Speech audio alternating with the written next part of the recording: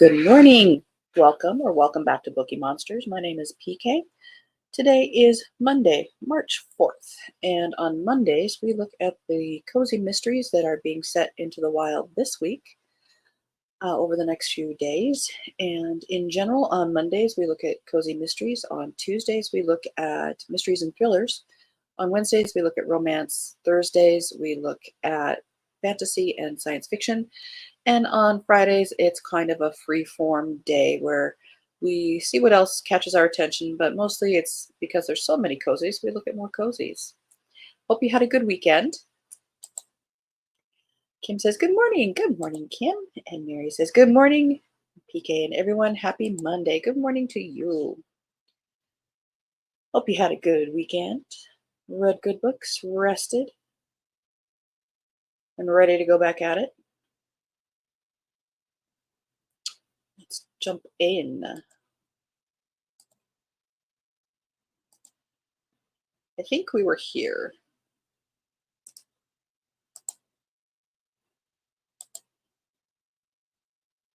Because we had started on this on Friday. Get rid of that banner. Moonshine, Mayhem, and Murder. Maggie and Irene Cozy Mystery Book number 3 by Kitty Margot. Maggie and Irene take a trip to the Blue Ridge Parkway, intending to relax in a cabin while being serenaded by the soothing sounds of a bubbling creek. At the top of the mountain, Maggie of the weak bladder veers onto a rather foreboding side road to Tinkle, where they become stranded on the wrong side of a swollen creek, and happen upon a mountain man with a few concerning issues and a moonshine still, and a dead grandmother, and a granny witch. Ride with Maggie and Irene as they travel along the humorous side of Mountain Mayhem.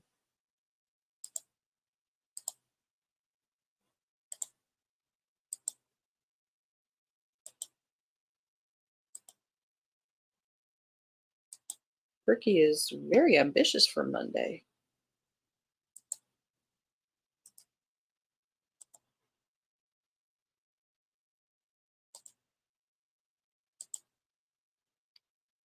Music of Death Blues, a Daewoo mystery, third in series by Gloria Oliver. A suicide that wasn't, racial prejudice pushing a murder to be swept under the rug. Can Daewoo throw back the covers to reveal the killer? Dallas, Texas, 1930. Daewoo resigned herself to a life inevitably returning to normal after dipping her toes into the pursuit of justice. But a new case falls onto her lap when she hears screeching tires and a woman calling out in pain. The older lady is wary of her offer to help, but Daewoo knows, I apologize if I'm saying that wrong, people aren't kidnapped off the street just to be set free again. Something terrible is coming. As Daewoo feared, things take a turn for the worse. The rescued woman's youngest son committed suicide, but for a kidnapping and a suicide to occur to the same family on the same day smells of deviltry. But the police can't be bothered to investigate, so Daewoo has no choice but to get involved or risk allowing a killer to run free. That's a pretty cover.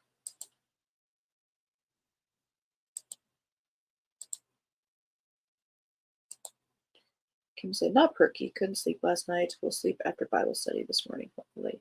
Naps are good. Naps are good. A Deadly Combination by Joy Patrick.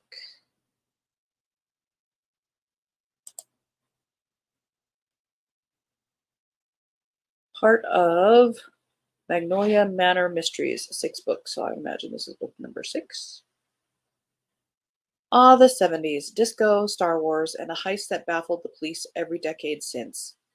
Lily Livingston is celebrating her year mark as owner of Magnolia Manor, but things aren't going exactly as expected. As an FBI unit descends on Drifter's Cove to tackle cold cases from a bygone era, a local billionaire, the elderly Baron Carrington, nears the end with his estate and heirs in question. Meanwhile, more tourists and riffraff pour into once sleepy Drifter's Cove, frustrating Chief Crowder as she struggles to run a tight ship. As tempers flare, one probationer protests his sentence, sparking a deadly conflict. When Lily's friend becomes a prime suspect in the murder, She dives headfirst into small town scandals, encountering shadowy figures and risking her life in the process. So don your bell bottoms and join Lily in a suspenseful ride where past and present collide. May the force be with you. Coincidentally, a friend of mine on Facebook that I went to grade school with posted some pictures from fifth and sixth grade. I am, thanks. Last day of antibiotics for the sinus infection. So that is good. Yeah. I took the last of mine for UTI last Wednesday. All right. Hopefully they did the job. Um, she posted pictures from fifth and sixth grade, which was about 78, 79 in there. And wow, seeing those teachers again and realizing I'm older now than what those teachers were then, which is weird. And looking at what babies we were when you feel so old. I mean, it was just bizarre. And that was the late 70s. Happy Camper Mysteries box set, book 1 through 3 from MS Peak. Adventure never felt so deadly. Cute dog, check. Murder, mayhem, and a bit of whimsy, check. An amateur sleuth who's in way over her head, double check. Download this box set of the Happy Camper Mystery Series and join Winnie Hackleshack as she finds trouble everywhere she goes. If you love cozy mysteries you can't put down, lots of twists and turns, lovable characters, and a side helping of humor, grab your copy of this collection today. And no Ginsu knives are included.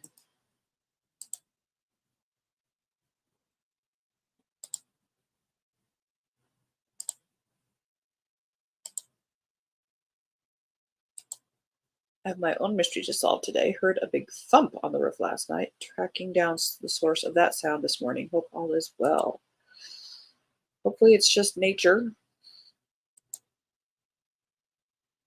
Murder Takes a Break by J. Pride is second in the Ghosts and Grades Paranormal Cozy Mysteries by Janine Pride. It says J. Pride here, but Janine Pride. Kathy Dorn is looking forward to spring break more than she will admit. Between the whispers from coworkers and suspicion of the town sheriff, she has had enough. Before the final push to the end of the year, Kathy has planned a week of isolation and escape to the lake, free from the judgment of the town. There's only one thing standing between Kathy and her escape to solitude, the ghost of her high school sweetheart's father, which can only mean one thing, murder.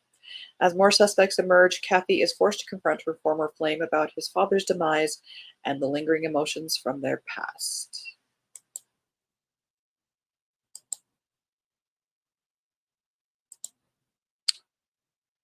Well, this one doesn't have a cover, but maybe it has a cover now. Let's see.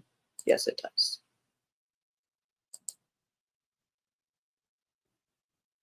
Hole in one. Let's double check the dates. Yep, we're good.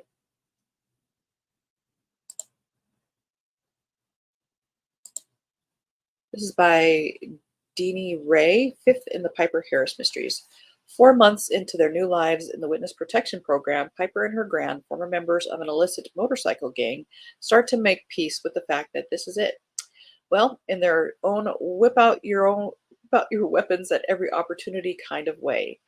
They're part of the retirement complex in Bitter End, Florida, where they hate mostly everything: the climate, the jolly residents, the endless partying and competitive games, like the current mini golf tournament that's costing Piper and Gran their last nerve, and the practically forced socializing. Still, Piper has gotten an official approval from the director of the retirement complex to live with Gran. Open ended. Yikes. But when one of the investors of the retirement complex is murdered and someone has been embezzling funds from the complex, suspicion falls on the director Samuel Appleby. Too bad he bails as soon as the police need to question him. Piper realizes that her living with Gran, still the best of the worst options, depends on Samuel Appleby's position as director. She more or less believes he's innocent, but she needs to prove it too, or else she and everybody else can say goodbye to the good times at the Till the Bitter End independent living complex.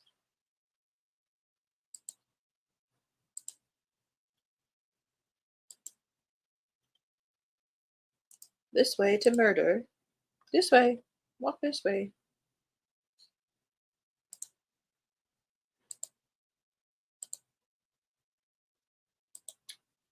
Sure hope so. I got home from church last Wednesday and my front door was, oh no, was wide open. 911 came. The wind was so bad, blew the door open. Door was locked. I hadn't slammed it closed good. Wow. I'm glad it wasn't anything bad. Oh, this is by Shelley Shearer. First in the board game cafe mysteries. You can jump in on the beginning of the series here. Remy McKenna is co hosting a letterboxing event, but her weekend plans are not all fun and games when best friend Trace Cooper is the target of a stalker. An inheritance of a stone manor house means she hopes this will be the start of her new life in Northern Virginia. Can Remy juggle the event, start planning her game-themed B&B, and solve the mystery of Trace's strange messages? Things escalate into a real-life game of Clue when Remy finds a dead body in the garden. That's a cute cover.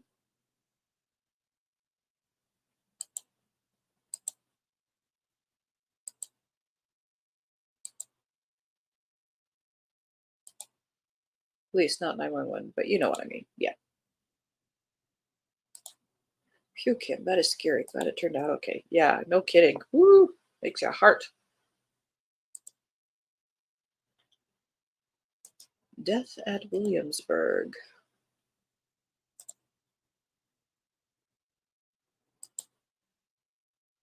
Third in historic triangle mini cozy mystery, 76 pages by Tracy Wainwright. Moving on.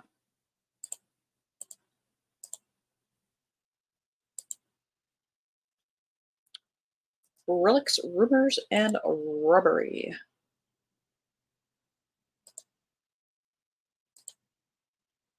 Second in the Bad Omens Investigations series. Let's double check this date because it should say, well, I guess today is March 4th. This is by Tessa Bryant.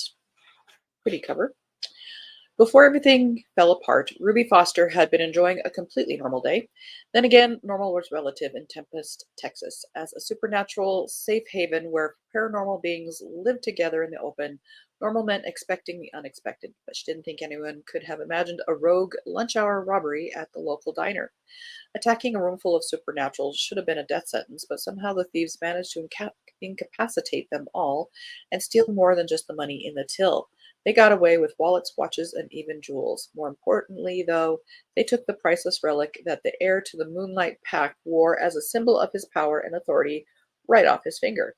Now Ruby must use her years of true crime knowledge and shift her senses to solve the mystery behind the robbery. Unfortunately, her obnoxious, overconfident boss insists on joining her in the investigation to find his stolen ring and unmask the culprits behind the heist. They'll have to work together to track down the thieves, unravel the truth behind the rumors, and put their troublesome past behind them for the sake of the pack.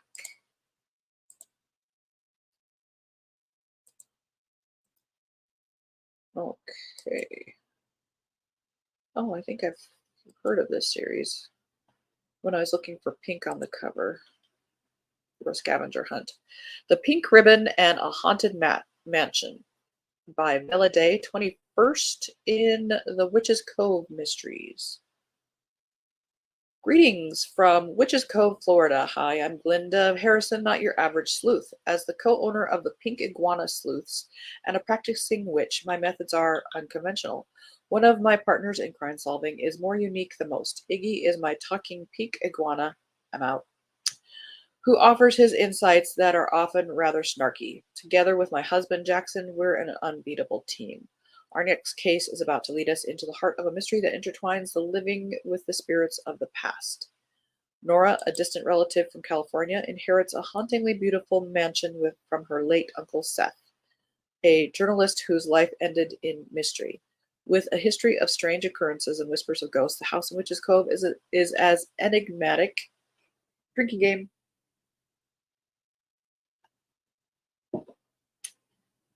As the man who left it behind. It's not just any haunted house, it's a nexus of secrets holding the keys to a story that was never told. That's where I came in.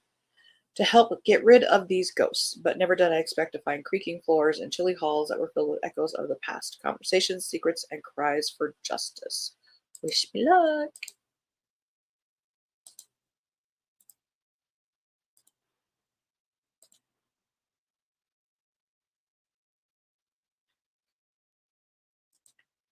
When you live alone, your imagination can be your own worst enemy, or so it seems to me. Oh, definitely. Yes, as soon as I called, I realized what had probably happened, but I'm glad they came and checked. I've never had the wind be that strong. You never know. It was a good thing, because if you didn't, you might have needed to. So I'm glad you did. Kim says exactly. I hate living alone. Mary, I have two corgis that live with me, so I'm never really alone. They are a distinct and loving presence. And Kim, I would give anything to have a dog again, but my mobility issues won't let me. Shoot.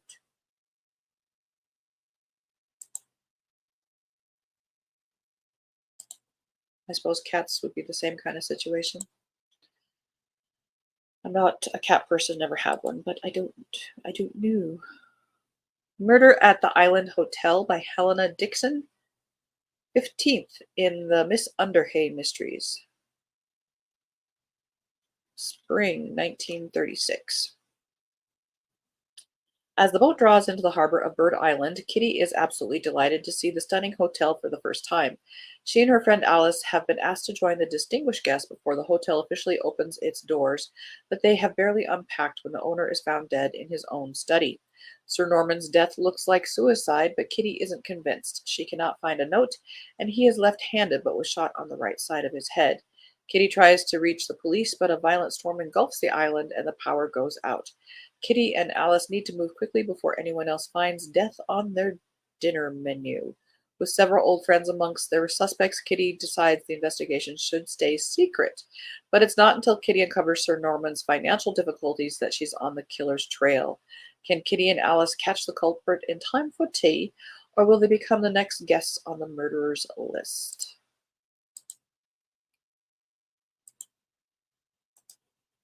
I do like this next title.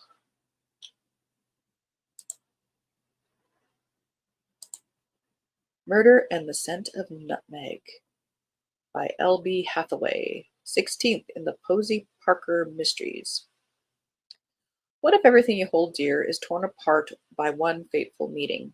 Valentine's Day, 1926. Uh-oh. When Posey Parker, London's premier female detective, accidentally runs into an old family acquaintance, she's persuaded to leave town immediately and return to the place of her childhood roots, the beautiful and bleak Norfolk coast, to investigate a closed-room murder mystery which local police believe has a foregone conclusion. But have the police got it right? Posey must race against the clock as the murder trial is scheduled to begin in just 2 days' time. A rights activist, the courageous Jervin Briscoe, will almost certainly face the gallows if she is convicted of her wealthy father-in-law's murder. But the murder victim and the chief suspect are already known to Posey from years before. But that knowledge doesn't make things easier, and Posey needs to push aside old hostilities in order to get at the truth. But is the truth too much and too dark for her to bear? That's a pretty cover, and I do love that title. Don't know why. I do.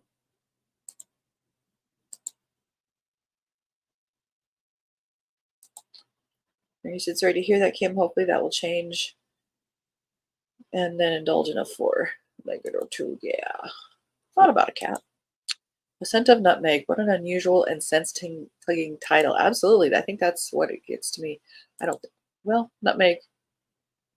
Yeah, I suppose I could smell nutmeg. I have a very bad sense of smell. Memoir for Murder by Angelica London. Part of Garden Mitchell Ghostwriter Cozy Mysteries. One books. So this must be the first. Even the upper crust can fall prey to murder. Freelance ghostwriter Garden Mitchell thinks she's going out to the charming town of Bramsville, Long Island, to write a memoir for the elderly UN matriarch. It's a great excuse for Garden to get away from her cramped Manhattan apartment. Her best friend Chase got her the job through his celebrity connections, but soon the town's quaint delights of Delights of turn rancid. Delights turn rancid when a corpse shows up where it shouldn't be. Garden just wants to get out of there. Instead, she gets roped into trying to figure out what happened. You can say no, hon. Say no. With Chase to help her, she's making progress, but not everyone in this little town is glad she's there. Maybe she should have just gone home after all. Every one of Ewan's has secrets. Some are about the family business, some are personal. There are recent secrets and some from long ago. It was the best of times, it was the worst of times. The trick is knowing which ones are worth killing for.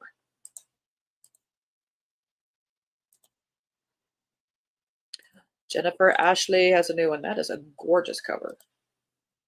If time just, and I do have this pre-ordered. Speculations in Sin by Jennifer Ashley, seventh in the Below Stairs Mysteries. To save an innocent man's life, amateur sleuth and cook Cat Holloway must expose a financial scam that could ruin the most powerful aristocrats in Victorian-era London. Cat Holloway is distressed to learn that Samuel Milburn, husband of the woman who looks after her daughter, has been accused of embezzling funds from the bank where he works as a clerk. The accusation is absurd, and Samuel's life fears that her husband will not only lose his post, but be imprisoned. Cat vows to uncover the truth. When she discovers the bank is involved in shockingly murky business dealings, Cat realizes she's treading in dangerous waters. She turns to her confidant and handsome suitor Daniel McAdam for help. To exonerate Samuel, Cat and Daniel may have to expose the unseemly financial dealings of prominent aristocrats and government officials, and even those working to bring down the royal family. Cat will risk everything to protect the man who has sacrificed so much for her daughter, even if it means endangering herself and the friends she has come to love.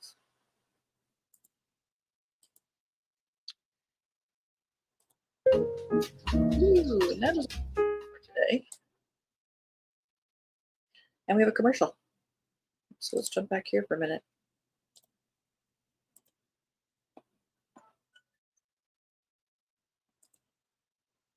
There we go. Real life streaming, as Randy would say. Unfortunately, they will get worse. Love the idea of a cat Kim. They can have lots of personality and aren't as active, requiring walks and so forth. That's what I'm thinking. Just have to see if the girls I rent from will allow it. Plus want to try and get some, of my other health issues straightened out. The bells, how they ring so quickly. Thanks, PK, for another fun start to the morning. You betcha. Thank you so much for being here, guys. I appreciate you so much. Being Monday, we do not have sprints tonight, but I do have sprints tomorrow evening at 6:05 Mountain Time, 8:05 Eastern. So I hope you have a very good Monday. Be taking care of yourselves, please. Be kind to yourself and to others. Read good books. And as the banner says here, don't be a bookworm, be a bookie monster. Nom, nom, nom. Good day and have a good day and God bless.